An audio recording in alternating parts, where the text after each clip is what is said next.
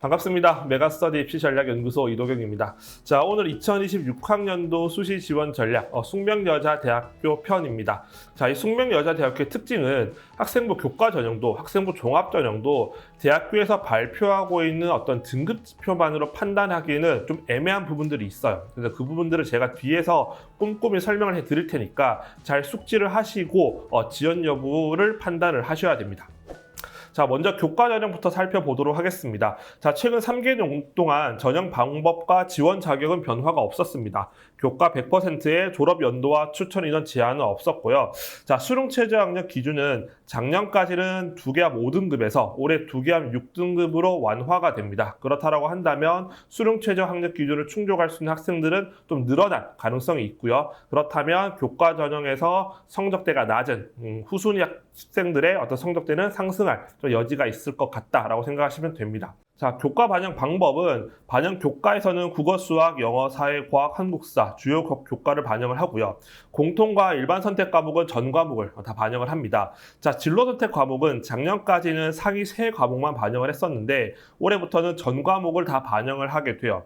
그러면서 반영 비율이 생기죠. 공통과 일반 선택이 80%, 진로 선택을 20%를 반영을 하게 됩니다. 자, 전 과목을 반영할 때 반영 비율이 생기는 것 상위권 대학들이 다 공통적인 특징이에요. 왜 그러냐 하면 학생에 따라서 내가 등급으로 표시가 되는 공통 일반 과목을 적게 듣고 의도적으로 진로 선택 과목을 많이 들은 친구들이 있어요. 그런 학생들이 사실은 더 유리한 점수를 가져갈 수 있기 때문에 대학교에서는 그런 것도 좀 막기 위한 어떤 장치다라고 생각을 하시면 됩니다.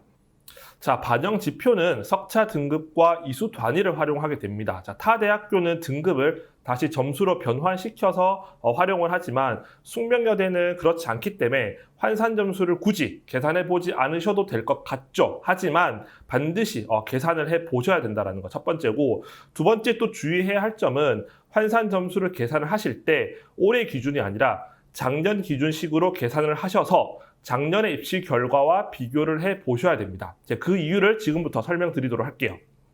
자, 첫 번째로 등급만으로 판단이 어려운 이유가 대학교에서 공개하고 있는 입시 결과의 기준이 달라서 그래요. 지금 보시면 숙명여대는 교과 등급의 평균값을 공개를 하고 있는데 이 교과 등급의 평균값이 최초 합격자와 추가 합격자 모두를 포함한 입시 결과라는 게 첫 번째. 두 번째는 앞서 말씀드렸지만 실제는 이수 단위를 활용을 하게 돼요. 하지만 이 결과에는 이수 단위가 반영되어 있지 않습니다. 즉 석차 등급을 다 더해서 과목 수로 나눈 값에 불과한 거죠. 그렇다 보니 왜곡이 좀 발생할 수 있다는 겁니다. 자, 두 번째로 대학 어디가 입시 결과도 우리가 확인해 볼 수가 있는데 대학 어디가에서는 최종 등록자의 50%와 70% 컷의 점수를 공개하고 있습니다. 그런데 역시나 학생부 등급은 이수 단위가 반영되어 있지 않습니다. 반대로 환산 점수는 이수 단위가 반영이 되어 있는 점수라고 보시면 돼요. 자, 정리를 해보게 되면 입학처에서 공개하고 있는 등급 지표는 최저 전체 합격자의 평균, 하지만 이수 단위는 반영하고 있지 않다. 대학 어디가에서 공개하고 있는 등급 지표는 최종 등록자의 50%와 70% 컷이지만 역시나 이수 단위는 반영하고 있지 않다. 대학 어디가의 환산 점수는 최종 등록자의 50%, 70% 컷과 이수 단위를 반영하고 있다라고 보시면 돼요. 자, 그래서 학생들은 이수 단위가 반영된 대학 어디가의 환산 점수와 매칭시켜 보는 것이 가장 정확하다고 생각을 하시면 돼요. 자, 제가 작년에 합격생들의 성적을 올해 점수로 환산을 시켰을 때 평균적으로 그러니까 진로 선택 과목을 모두 A 등급이라고 가정을 했을 때 평균적으로 8에서 9점 정도가 작년보다 상승하는 것으로 좀 나타나긴 했습니다. 하지만 어쨌든 학생들이 일부 성적이기 때문에 그 일반화하기 좀 어렵고요. 가장 정확한 것은 다시 말씀드렸지만 본인의 성적을 작년의 환산 점수식으로 계산해서 작년에 어디가의 50%, 70% 컷과 비교하는 것이 가장 정확하다라고 말씀드릴 수 있어요.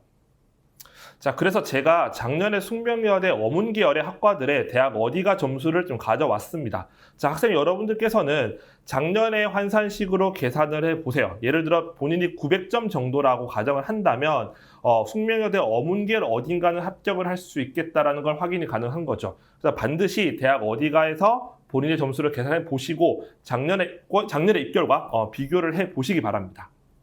자, 두 번째로 학생 여러분들께서 기억하셔야 될 것은 입시 결과를 좀 의심을 하고 보셔야 된다는 것. 그리고 3개년치의 입시 결과를 다 좀 뜯어 보셔야 될 것 같습니다. 제가 작년과 재작년에 사회과학 계열 그리고 상경, 영어 관련 학과들의 입시 결과를 가져왔는데 자, 정치외교, 홍보광고, 영어 영문학과를 보시게 되면 평균값보다 50%와 70%가 굉장히 낮아진다는 걸 확인할 수 있죠. 그래서 제가 평균값으로 보기에는 좀 왜곡이 발생한다고 말씀드렸고 2024학년도 경영학부도 보시게 되면 70% 컷이 약 2.7등급 정도가 돼요. 약 30명 모집 단위의 70%라고 하면 21등 정도의 성적이 될 텐데 그러면 22등부터 30등까지는 더 낮은 성적대였다라는 이야기가 되는 거죠. 약간의 펑크를 좀 의심을 할 수 있다라는 겁니다. 또한 정치외교, 홍보, 광고, 영어 영문은 2024와 2025의 입시 결과도 굉장히 큰 차이를 보이고 있죠. 그래서 이런 튀는 입시 결과들이 숙명여대에서 종종 발생하기 때문에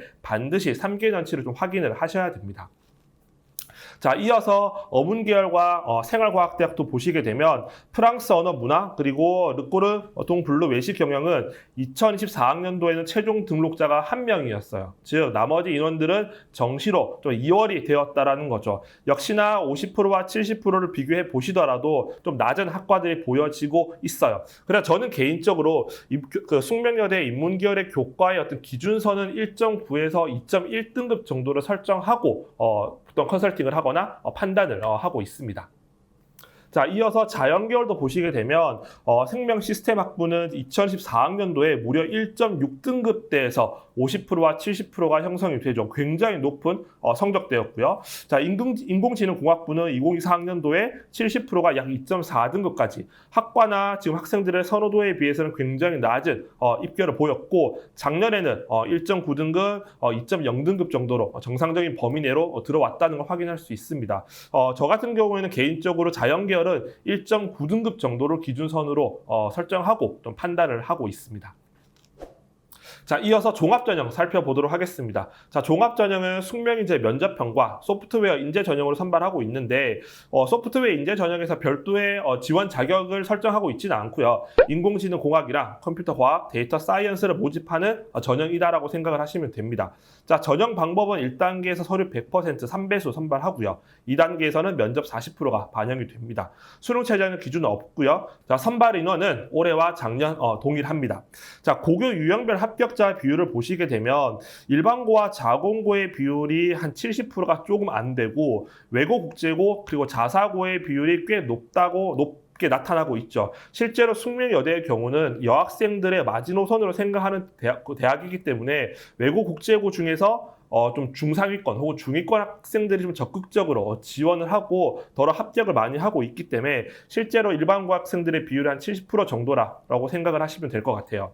자, 그건 실제 입시 결과에서도 확인을 해볼 수 있는데 제가 파란색 박스로 표시한 학과들은 외고 국제고 학생들이 좀 강세를 보일 수 있는 학과들입니다. 실제로 50%와 70%의 성적을 딱 보시게 되면 일반고는 아니겠구나라는 판단이 들 수 있을 것 같아요.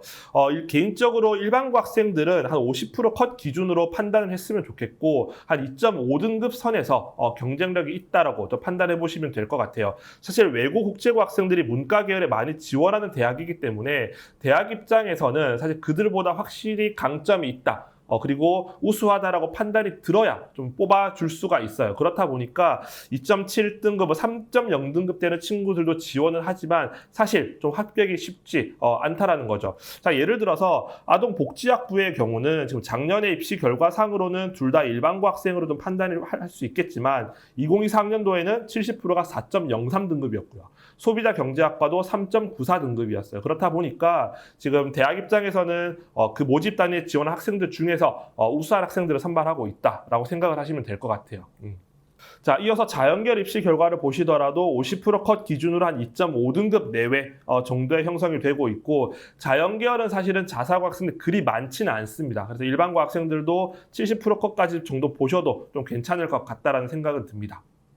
자, 이제 새로운 이야기를 좀 해보려고 합니다. 그러니까 숙명여대를 학생부 종합전형으로 합격했던 과거의 학생들의 어떤 스펙, 그리고 저희 개인적인 경험, 견해로 봤을 때 숙명여대는 권장이수 과목, 그리고 비교과 활동의 평가 비중이 좀 높다라는 생각이 들어요. 제가 홍익대 영상에서는 비교과보다는 학업 성취도를 좀 더 비중 있게 평가한다라고 말씀을 드렸는데, 숙명여대는 반대로 권장이수 과목과 비교과 활동을 좀 더 비중 있게 평가를 한다라는 생각이 듭니다.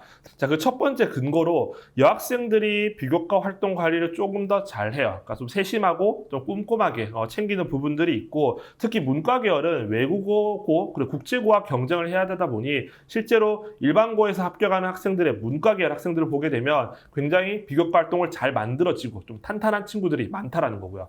자, 두 번째로 권장이수 과목에 대한 얘기를 좀 해볼 텐데 2028 이야기를 잠시만 좀 하겠습니다. 물론 현재 고3 학생들과는 좀 무관한 이야기겠지만 자, 대학들이 2028 학년도에 대비해서 자연계열 위주로 권장이수 과목을 발표를 하고 있죠. 그러니까 주로 수학과 과학 교과에 대해서 좀 발표를 하고 있습니다. 자, 그런데 숙명여대는 주요 교과뿐 아니라 제2외국어, 한문, 기술 과정들 전 교과에서 지금 발표를 했어요. 사실 물론 이게 2028을 타겟으로 한 것이긴 맞지만 사실 대학에서 그동안 좀 중요하게 평가해왔던 부분들이 좀 드러나지 않았나, 좀 그런 생각을 하고 있습니다. 그리고 실제로 성적대가 좀 낮은 친구들 중에서 숙명여대 합격한 친구들을 보게 되면 이수 과목이 좀 상대적으로 탄탄한 친구들이 많았던 경우가 많았던 것 같아요. 그래서 숙명여대 학생부 종합전형은 권장이수 과목과 비교과 활동이 꽤 중요하게 평가받는다라는 말씀 먼저 드리고, 일반고 학생들의 기준은 내신 성적 기준은 2.5등급 정도로 좀 판단을 하셨으면 좋겠습니다.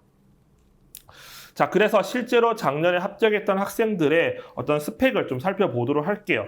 자, 먼저 화학과 생명계열 합격한 학생입니다. 자, 주요 교과 기준으로는 2.3등급이고, 자, 수학과 과학이 2점 중반대 정도 성적을 보여줬어요. 자, 수학 성적을 보시게 되면 4등급도 있지만 대체적으로 2등급과 3등급 정도. 혹시 상위권 대학교에 제 영상을 보고 오셨다라고 하면 확실히 수학 교과 성적이 조금 낮다라는 느낌을 받으실 것 같아요. 자, 이 학생의 과학 교과는 지금 물화생지 1회 그리고 물화생 2를 모두 좀 이수를 했고, 성적 관리도 큰 편차 없이 좀 잘 관리했던 그런 친구다라고 볼 수 있을 것 같아요.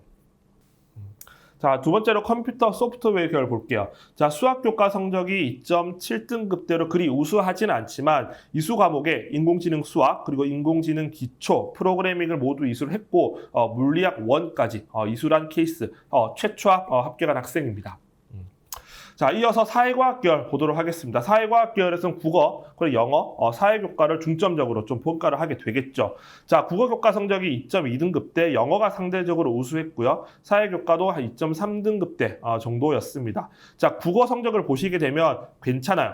지금 1학년 때를 제외하고 나면 모두 원점수와 등급이 우수하고, 제가 여기 표시는 해두지 않았지만 이 친구의 국어 교과의 진로 선택 과목, 이수 과목은 굉장히 화려합니다. 그래서 분명히 강점이 있었던 그런 친구다라고 볼 수 있고요. 자, 또 다른 사회과학 계열 합격한 학생 보시게 되면 3등급대이긴 합니다만 사회교과에서 등급으로 표시되는 과목을 6과목 이수를 했고, 좀 사회과 심화 과목도 추가적으로 좀 이수를 했고, 역시나 수학과 영어 다른 이수 과목도 좀 화려했던 그런 친구다라고 볼 수 있습니다. 역시나 최초합에 가까운 추가 합격을 했던 학생이고요. 자, 상경 계열로 넘어오시게 되면 여기는 뭐 경제 수학이나 경제를 반드시 좀 체크를 하겠죠. 자, 첫 번째 학생 보시게 되면 수학 교과 성적이 2.1등급대예요. 그러니까 수투와 확통은 성적 관리를 잘 했고 경제 수학까지 이수란 학생이고요. 자, 두 번째 학생 역시나 수학은 3.0등급으로 좀 아쉽지만 경제 수학과 경제를 잘 이수했던 그런 학생이다라고 볼 수 있어요. 자, 지금 보여드렸던 학생들 모두 성적대는 조금 아쉬운 부분들도 학생들도 있지만 비교과 활동을 봤을 때는 충분히 상위권 대학교를 지원하더라도 경쟁력이 있었던 그런 학생들입니다. 그래서 본인의 이수 과목 그리고 비교과 활동을 좀 잘 따져보시고 지원 여부를 판단을 하셨으면 좋겠습니다. 자, 숙명여대는 용산구에 위치를 하고 있죠. 그래서 서울 어느 지역으로 가실 때도 교통이 좀 편리한 지리적인 강점이 좀 있고 요즘 핫한 용산에 위치를 하다 보니 맛집도 굉장히 많이 있습니다.